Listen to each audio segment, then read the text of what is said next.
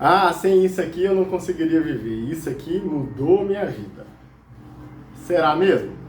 Bom dia, boa tarde, boa noite para você que está aqui com a gente no canal, no nosso Alprosa.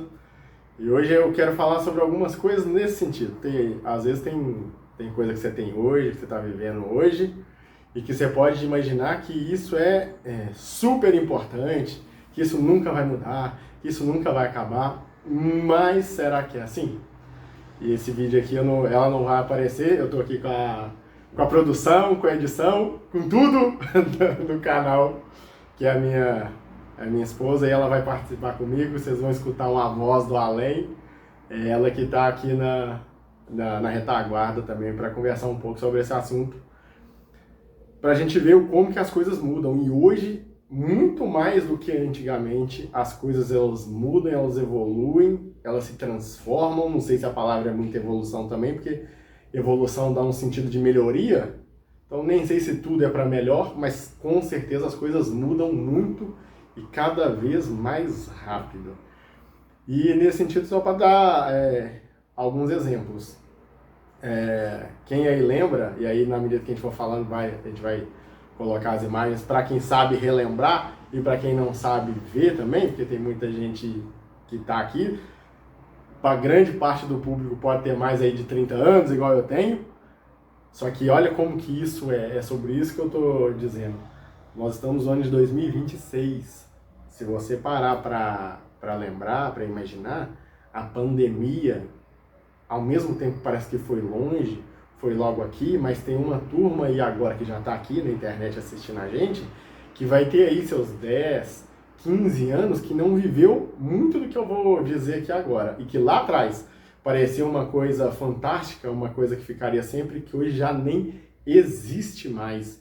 E essa é a pergunta.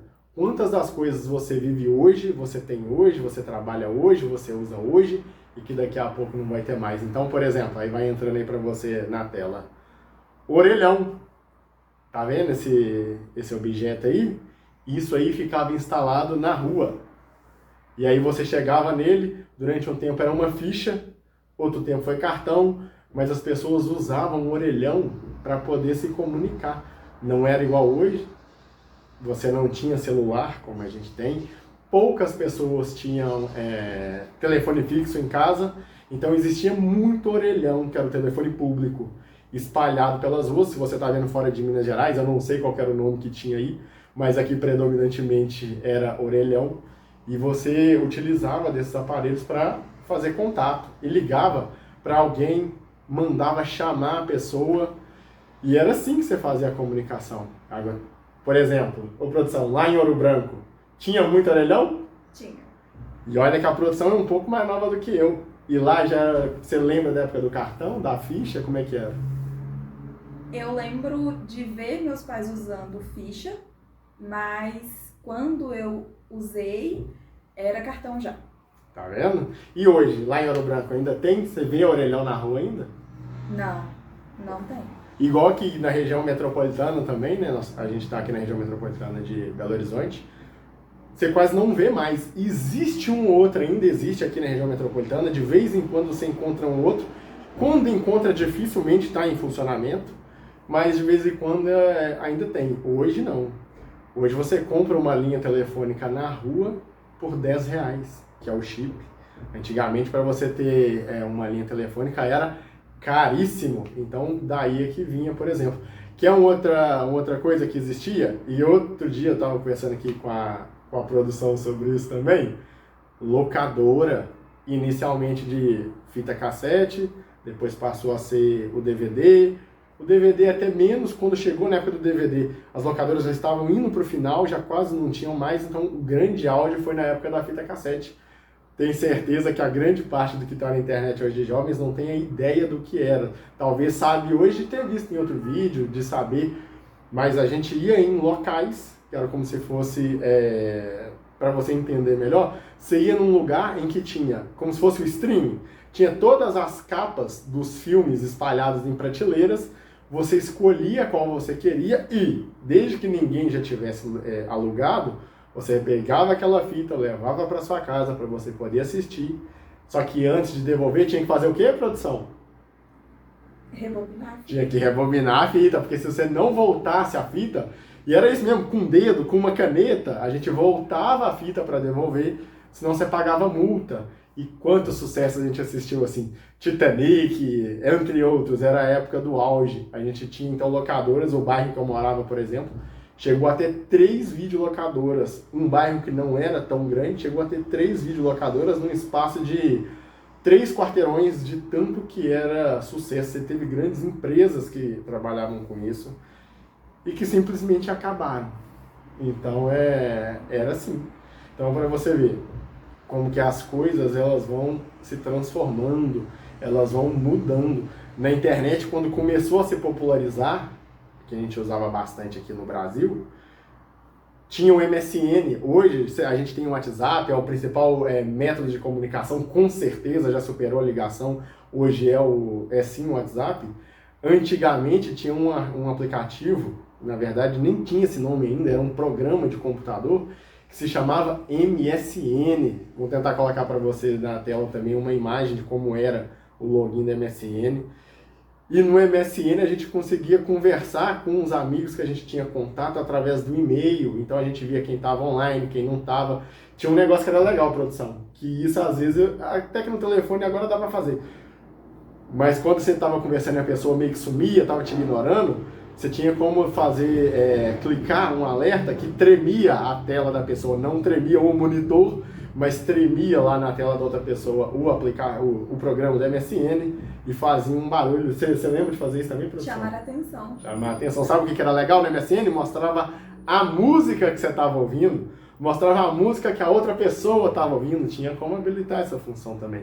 Então, esse era um dos principais coisas que a gente tinha na internet para comunicar. Hoje, em tempos de Instagram, você perdeu o Orkut. Ah, meu sonho é o Orkut voltar. Eu canso de falar isso com a produção também. Por favor, produtor aí, organizador, o criador do Orkut, Google, volta com o Orkut, repagina ele, bota no aplicativo, mas era bom demais. A gente tinha as comunidades, a gente tinha os scraps, tinha o depoimento. Aí o Orkut eu tenho certeza que muita gente aqui não vai conhecer. A produção conheceu o Orkut? Conheci, mas meus pais no não deixaram final eu já usar. também, né?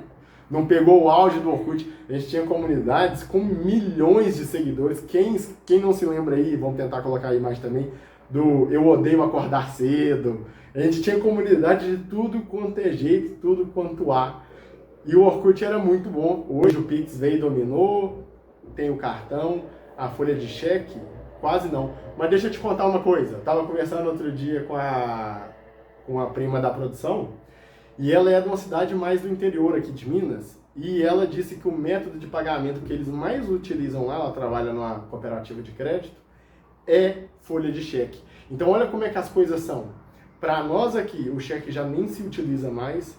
Você abriu uma conta no banco, o banco já te mandava o talão de cheque, hoje não se faz. Enquanto isso, tem cidades onde ainda é predominante.